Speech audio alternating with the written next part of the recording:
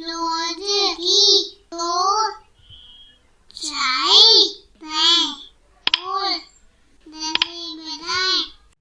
Hello दोस्तों, तो कैसे हैं आप सब।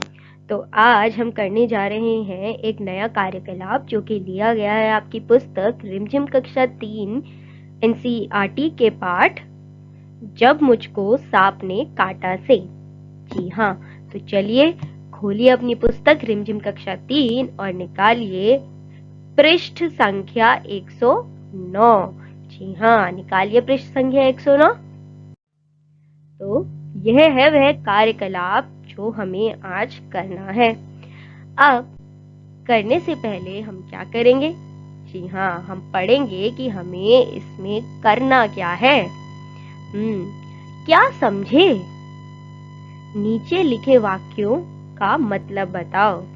अच्छा, तो यहाँ पर कुछ वाक्य लिखे हुए हैं और हमें क्या करना है? हमें एक एक कर उन्हें पढ़ना है और उनका मतलब समझाना है कि इस वाक्य का या इस वाक्य का या इस वाक्य का मतलब क्या है, क्या मतलब हमें समझ आया है इन वाक्यों का। तो चलिए पहले एक बार सारे वाक्य हम अच्छे से पढ़ लेते हैं, फिर एक एक करके सबके मतलब बताएंगे। तो पहला वाक्य है, सांप पास की झाड़ी में गायब हो गया। दूसरा वाक्य है, वह चट मुझे गोद में उठाकर भागे। तीसरा वाक्य है, अब बच्चा खतरे से बाहर है।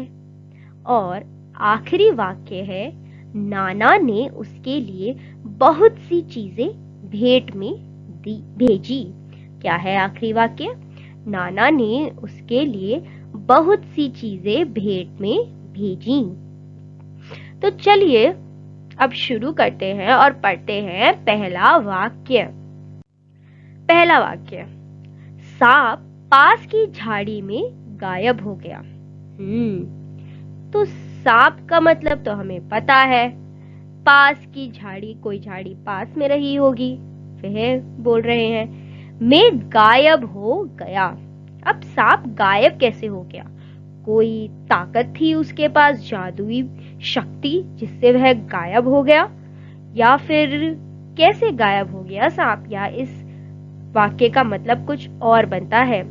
तो इस वाक्य से लेखक कहना चाहते हैं कि सांप पास की किसी झाड़ी के अंदर चला गया और वह दिखना बंद हो गया। जी हाँ, वह सांप कोई जादूगर सांप थोड़ी था, उसे कोई जादू थोड़ी आता था कि वह गायब हो जाएगा। तो इस वाक्य का मतलब है कि सांप किसी पास की झाड़ी में चला गया। तो हमने लिख दिया, सांप पास की झाड़ी में चला गया और वह दिखना बंद हो गया। इसलिए लेखक ने लिखा है कि सांप पास की झाड़ी में गायब हो गया। अब आते हैं दूसरे वाक्य पर। वह चट मुझे गोद में उठाकर भागे। अब इस वाक्य में भी हमें वह का मतलब पता है, मुझे गोद में उठाकर भागे का भी मतलब पता है। इसका मतलब है कि जब नाना जी उस बालक को गोद में उठाकर भागे थे, ये कह रहे हैं। अब आप मुझे ये बताइए कि आपको चट का मतलब मालूम है? क्या होता है चट का मतलब? बताइए बताइए। वह चट मुझे गोद में उठाकर भागे। तो चट का अर्थ होता है जल्दी से, एकदम। तो यह हुआ वह एकदम या वह जल्दी से मुझे गोद में उठाकर भागे। तो लिखते हैं ये वाक्य यहाँ नीचे। वह जल्दी से मुझे गोद में उठाकर भागे। वह जल्दी से मुझे गोद में लेकर भागे। तो मैंने इस वाक्य का मतलब यह लिखा है। अब आते हैं तीसरे वाक्य पर। अब बच्चा खतरे से बाहर है। तो बच्चा कौन से खतरे में था और वह बाहर है? मतलब क्या खतरा कोई जगह है जहां से हम बाहर जा सकते हैं और वहां अंदर जा सकते हैं? जी नहीं, इसका मतलब है कि अब बच्चे को कोई भी खतरा नहीं है, वह एकदम हृष्ट पुष्ट है, वह एकदम ठीक है।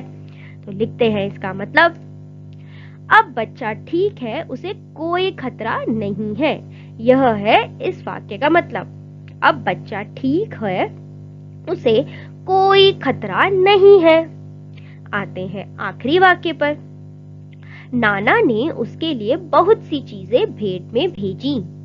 नाना ने उसके लिए बहुत सी चीजें भेंट में भेजी। तो इसका मतलब क्या है कि नाना जी जो थे वह उस झाड़ फूक करने वाले बूढ़े आदमी के इतने आभारी हो गए थे कि अपना आभार व्यक्त करने के लिए उन्होंने बहुत से उपहार उन्हें दिए। तो यह है इस वाक्य का मतलब। तो लिखते हैं इसे नीचे। नाना ने उसे बहुत सी चीजें उपहार स्वरूप दी। जी हाँ, नाना ने उसे बहुत सी चीजें उपहार स्वरूप दी। तो यह था इस वाक्य का मतलब। तो क्या आपने भी इन सारे वाक्यों का मतलब यही समझा था या कुछ और समझा था? अगर कुछ और समझ लिया था या आपको अभी भी लगता है कि वह कुछ और है, तो ये बात मुझे जरूर बताइएगा कि आपने क्या सोचा कि इस वाक्य का मतलब क्या होगा।